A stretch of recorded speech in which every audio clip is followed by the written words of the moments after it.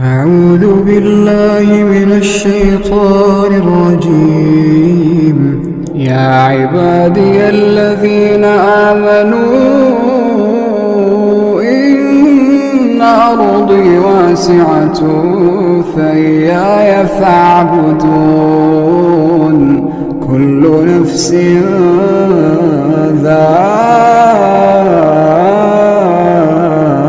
ذائقة الموت كل نفس ذائقة الموت. اللہ تعالیٰ ارشاد فرماتا ہے وَمَا خَلَقْتُ الْجِنَّ وَالْإِنسَ إِلَّا لِيَعْبُدُونَ. میں نے جن اور انس کو اس لیے پیدا کیا کہ وہ میری عبادت کریں.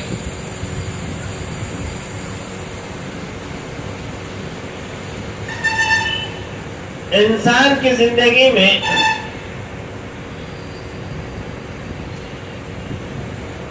عبادت کی کیا اہمیت ہے؟ یہ بات اس وقت تک سمجھ میں نہیں آئے گی جب تک کہ انسان اپنے پیدائش کے مقصد کو نہ جانے کہ وہ اس دنیا میں آیا کیوں.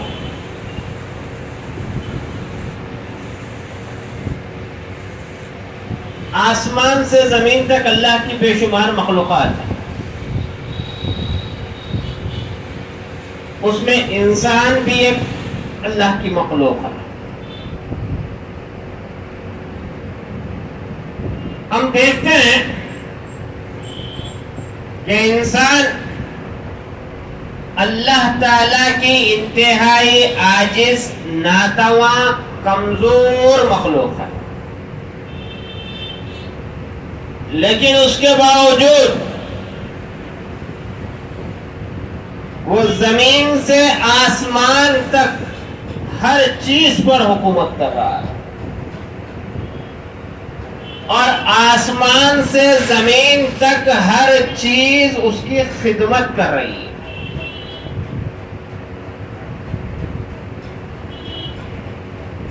کیسے؟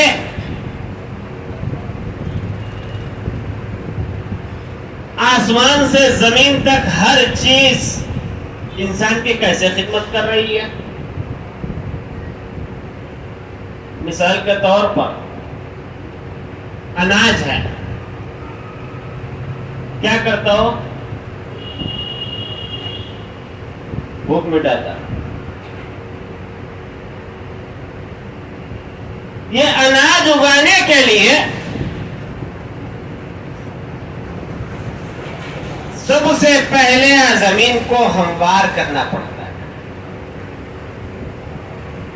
زمین کو ڈھیلی کرنا پڑتا ہے. اس کے لیے یہ بڑے بڑے بیل جو طاقت کے اعتبار سے، قوت کے اعتبار سے انسان سے کئی گنا بڑا ہے، وہ انسان کے سامنے گردن جھکا کر جب بولے، جس وقت بولے، زمین کو ہموار کرنے میں لگ جاتا ہے. کسان جب بیج ڈال دیتا ہے، دانے کو پھاڑنے کی ضرورت ہوتی ہے، زمین اپنی پوری قوت اس پہ صرف کر کے ایک چھوٹا سا کمپل اس سے زمین سے نکالتی ہے.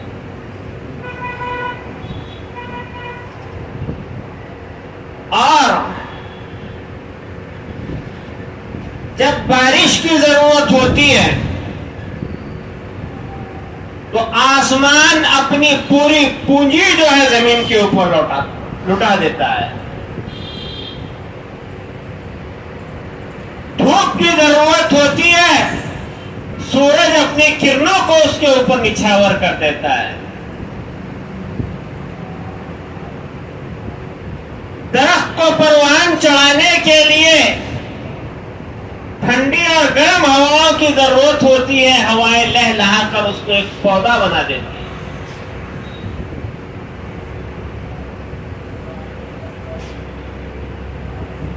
زمین سے آسمان تک، آسمان سے زمین تک، یہ قدرت کا جو نظام کام کر رہا ہے، کس کے لیے کام کر رہا ہے؟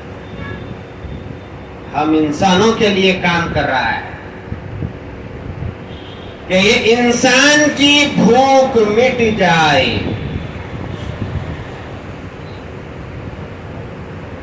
بھوک مٹ جائے. اب سوال یہ ہوتا ہے کہ بھائی انسان کے اندر کون سی ایسی خوبی ہے کہ کائنات کی ہر چیز انسان کی خدمت کر رہی ہے؟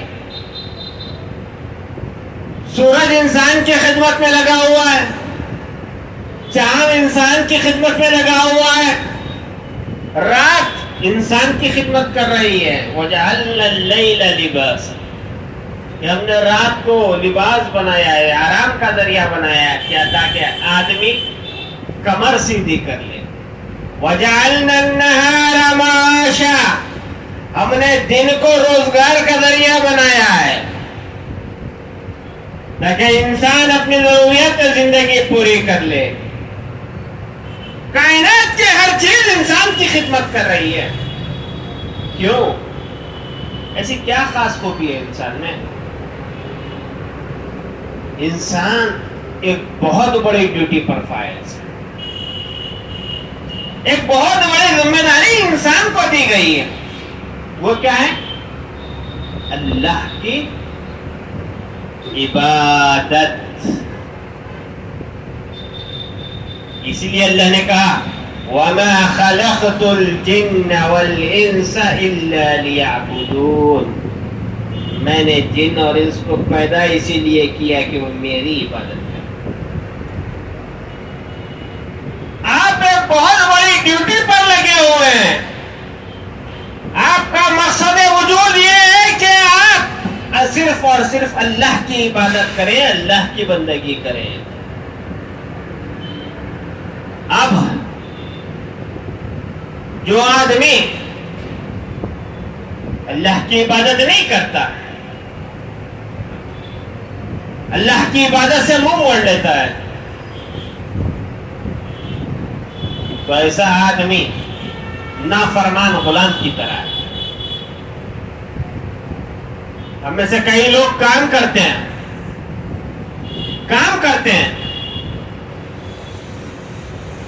مالک کے پاس سیلری لیتے ہیں، دی ہوئی فیسلٹیز سے فائدہ اٹھاتے ہیں. مالک اگر کوئی کام کرنے کا حکم دے تو آدمی انکار کرتے ہیں. ایسے آدمی کے ساتھ مالک کیا کرے گا؟ کیا کرے گا؟ سزا دے گا.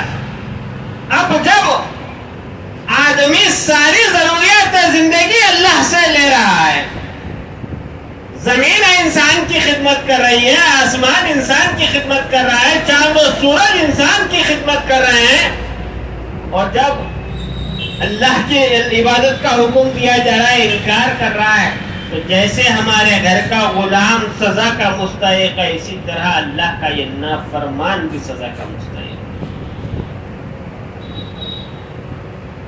سزا کا مستحق ہے. اور آج عبادت کے نام پہ ہم نے کتنے دروازے کھول دیے. صرف ایک اللہ کی عبادت کے لیے اللہ نے ہم کو پیدا کیا تھا. اللہ تعالیٰ پیدا کر کے ایسے ہی نہیں چھوڑ دیا کہ جاؤ تم جس کی چاہے پرستش کرو، جس کی چاہے تم عبادت کرو. اللہ کا یہ احسان عظیم رہا، اللہ کا یہ فضل رہا کہ اللہ نے انسانوں کو پیدا کرنے کے ساتھ ساتھ آسمانی کتابیں اللہ نے نازل کی. اللہ نے انسانوں کو پیدا کرنے کے ساتھ انبیاء اور رسول کو بھیجا، اور آج آخری کتاب قرآن مجید ہمارے ساتھ موجود ہے. محمد رسول اللہ صلی اللہ علیہ وسلم کا اسوہ ہمارے سامنے موجود ہے. اور پیارے نبی صلی اللہ علیہ وسلم نے عبادت کے طریقے سکھائے ہی نہیں، بلکہ پیارے نبی صلی اللہ علیہ وسلم نے اپنی امت کو ہر وہ چیز بتا دی جو اللہ سے قریب کرنے والی تھی، جو جنت سے قریب کرنے والی تھی. اور ہر اس چیز سے پیارے نبی صلی اللہ علیہ وسلم نے روک دیا جو انسان کو جہنم کا ایندھن بنانے والی. اللہ کے نبی صلی اللہ علیہ وسلم نے توحید کا میسج اتنی صاف انداز میں لوگ انسانیت تک پہنچایا. اتنی بڑی محنت پیارے نبی صلی اللہ علیہ وسلم نے کیا کہ اگر انسان سچے دل سے قرآن مجید پڑھے, سچے دل سے پیارے نبی صلی اللہ علیہ وسلم کی احادیث کو پڑھے گا, شرک کرنا تو دور کی بات ہے, شرک کے راستے پر بھی انسان نہیں چلے. شرک کرنا یہ دور کی بات ہے, شرک کے قریب بھی آدمی نہیں جائے گا. دیکھو پیارے نبی صلی اللہ علیہ وسلم نے توحید کا جو میسج ہے اپنی امت تک کتنے صاف انداز میں پہنچایا, کتنے صاف انداز میں پہنچایا. سب سے افضل عبادت کون سی ہے؟ کون سی ہے؟ نماز. سب سے افضل عبادت نماز ہے. لیکن پیارے نبی صلی اللہ علیہ وسلم نے فرمایا کہ دیکھو دو وقت ایسے ہیں, دو وقت ایسے ہیں جن میں نماز پڑھنا جائز نہیں ہے. کب؟ ایک سورج طلوع ہوتے وقت اور ایک سورج غروب ہوتے وقت. کیوں؟ کہ اس زمین پر ایسی لوگ پائے جاتے ہیں جو چڑھتے سورج کی بھی پوجا کرتے ہیں, ڈھلتے سورج کی بھی پوجا کرتے ہیں. کہیں ایسا نہ ہو, کہیں ایسا نہ ہو کہ دیکھنے والا یہ نہ سمجھ جائے کہ امت محمد یا سورج کی پرستش کر رہی ہے, بندگی کر رہی ہے. اللہ کے رسول صلی اللہ علیہ وسلم نے شرک کا جو چور دروازہ تھا آپ نے بند کر دیا. یہ پیارے نبی صلی اللہ علیہ وسلم کا احسان. شرک کے چور دروازے کو اللہ کے نبی صلی اللہ علیہ وسلم نے بند کر دیا. کہا کہ دیکھو سورج جب طلوع ہو, سورج جب غروب ہو, عبادت نہ کرنا. نماز میں رکوع اور سجدہ یہ نماز کا رکن ہے کہ نہیں ہے؟ اس کے بغیر نماز ہوتی نہیں ہوتی. جب تک آدمی نماز میں رکوع نہ کر لے نماز نہیں ہوتی. جب تک آدمی رکوع میں سجدہ نہ کر لے نماز نہیں ہوتی. لیکن پیارے نبی صلی اللہ علیہ وسلم نے نماز جنازہ میں نہ رکوع رکھا نہ سجدہ رکھا. نماز جنازہ میں نہ رکوع آئے نہ سجدہ آئے. کیوں؟ کہیں دیکھنے والے کو یہ وہم نہ ہو جائے مسلمان مردے کے آگے جھک رہا ہے. لیکن ہماری عقل پہ ماتم کیجیے گا, ہماری عقل پہ ماتم کیجیے کہ ہم یہی آدمی جب 5 فٹ اندر چلا جاتا ہے تو ہم اس کا طواف بھی کرتے ہیں, ہم اس کے پر سجدے بھی کرتے ہیں, اس پر چادریں بھی چڑھاتے ہیں. کیا کیا کام ہم اس کے ساتھ نہیں کرتے. مرنے والا کوئی بھی ہو, پیر ہو, مرشد ہو, ملا ہو, کوئی بھی ہو, کسی کی مجال نہیں کہ کسی کی نماز جنازہ میں رکوع یا سجدہ کر لے. پیارے نبی صلی اللہ علیہ وسلم کا احسان کہ شرک کی سنگینی سے روکا ہی نہیں بلکہ شرک کی سنگینی سے, شرک کے جو چور دروازے تھے پیارے نبی صلی اللہ علیہ وسلم نے ان دروازوں کو بھی بند کر دیا. ہر مہینے کا چاند اللہ کے نبی صلی اللہ علیہ وسلم دیکھتے, کیا دعا پڑھتے؟ اللہم احلہ علینا بالامن والایمان والسلامت والاسلام ربی وربک اللہ. اللہ کے نبی صلی اللہ علیہ وسلم ہر مہینے کا چاند دیکھتے تو یہ دعا پڑھتے اور چاند کی طرف انگلی سے اشارہ کرتے، ربی و ربک اللہ، اے چاند میرا رب اور تیرا رب کون ہے؟ اللہ ہے۔ اللہ کے نبی صلی اللہ علیہ وسلم ہاتھ اٹھا کے اس طرح دعا نہیں کرتے۔ کہیں کفار تانے نہ دے دیں کہ محمد صلی اللہ علیہ وسلم سب کو توحید کی تعلیم دے رہے ہیں اور خود چاند سے مانگ رہے ہیں، چاند سے مانگ رہے ہیں۔ اللہ تعالیٰ نے انسان کو کئی نعمتیں دیا ہے، آدمی اپنی زندگی کا جائزہ لے۔ اللہ تعالیٰ نے کہا یا ایھا الناس اعبدوا ربکم الذی خلقکم والذین من قبلکم، اے لوگو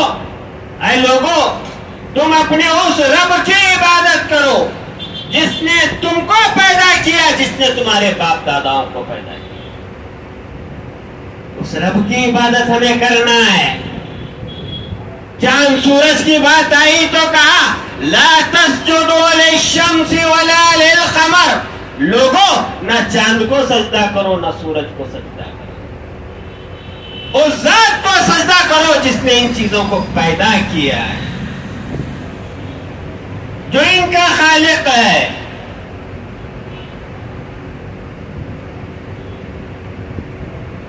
اللہ کے رسول صلی اللہ علیہ وسلم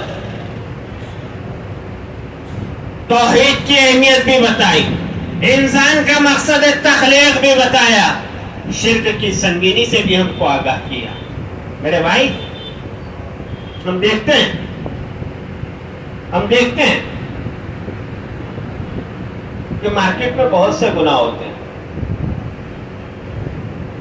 آدمی شراب بھی پیتا ہے، آدمی چوری بھی کرتا ہے، آدمی زنا بھی کرتا ہے، آدمی قتل و غارت گیری میں بھی ملوث ہے۔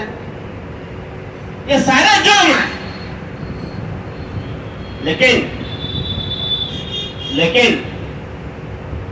اللہ تعالیٰ کا وعدہ ہے کہ آج اللہ تعالیٰ انسان کے تمام گناہوں کو معاف کرے گا، شرک کو اللہ معاف نہیں کرے گا۔ ان اللہ لا یغفر ان یشرک بہ ویغفر ما دون ذلک، اللہ شرک کو ہرگز معاف نہیں کرے گا، ہاں اس کے علاوہ کوئی گناہ ہے اللہ چاہے گا تو معاف کرے گا۔ ہم دیکھتے ہیں شراب پینا بری بات ہے، صرف مسلمان ہی نہیں، جس کو بھی اللہ نے تھوڑی بہت عقل دیا ہے ہر آدمی اس کو برا ہی سمجھتا ہے۔ چوری کرنا بری بات ہے، مسلمان ہی نہیں ہر صاحب عقل اس کو برا سمجھتا ہے، لیکن شرک کے اندر کیا برائی ہے؟ کیوں اللہ معاف نہیں کرے گا؟ کیوں اللہ معاف نہیں کرے گا؟ چوری کریں گے معاف کرے گا، شراب پیئیں گے معاف کرے گا، دوسرے گناہ کو اللہ معاف کرے گا، اور یہ برائی تو سمجھ میں آنے والی ہے۔ شرک کی کوئی برائی سمجھ میں نہیں آتی، پھر اللہ معاف کیوں نہیں کرے گا؟ شرک یہ اللہ کے ساتھ بغاوت ہے۔ کیا ہے؟ بغاوت ہے، اللہ کے ساتھ غداری ہے۔ ہم انڈیا کے اندر رہتے ہیں، آپ قانون توڑتے ہیں، حکومت نظر انداز کر دیتی ہے یا سزا دے کر چھوڑ دیتی ہے۔ اگر ہمارا عقیدہ صحیح نہیں ہے، ہمارے عقیدے کے اندر جھول ہے، ہم نے اپنی پیشانی اللہ کے در پر جھکانے کی جگہ کسی اور در پہ ہم نے اپنی پیشانی کو جھکایا، ہم نے اپنے ماتھے کو اللہ کے در پہ لگڑنے کے علاوہ کسی اور جگہ لگڑا، ہم نے اپنے ہاتھ اللہ کے سامنے اٹھانے کے علاوہ کسی اور جگہ اٹھایا، ہم نے اللہ کے گھر کا طواف چھوڑ کر کسی اور جگہ کا طواف کیا۔ اس کے ساتھ ہم کتنے ہی اچھے کام کر لیں، کتنے ہی نیک کام کر لیں، اللہ اس کا بدلہ دنیا میں دے گا، آخرت میں نہیں دے گا۔ کیسے؟ زمانے جاہلیت میں ایک آدمی تھا، اس کا نام تھا عبداللہ بن جدعان. کیا نام؟ عبداللہ بن جدعان. وہ اپنے دور کا جو ہے سپر پاور آدمی تھا مال کے اعتبار سے. بڑی دولت اللہ نے اس کو دے رکھی تھی. تاریخی کتابوں میں آتا ہے کہ سال میں کبھی اس کا چولہا نہیں بجھتا تھا. ایک لنگر 24 گھنٹے چلتا تھا کہ مسافر اس کے دربار سے کھا کر جو ہے اپنا سفر طے کرتے تھے. ام المومنین حضرت عائشہ رضی اللہ عنہا نے پوچھا، اے اللہ کے رسول صلی اللہ علیہ وسلم، عبداللہ بن جدعان بڑا اچھا آدمی تھا، بڑے خوبیاں تھی اللہ کے رسول اس میں.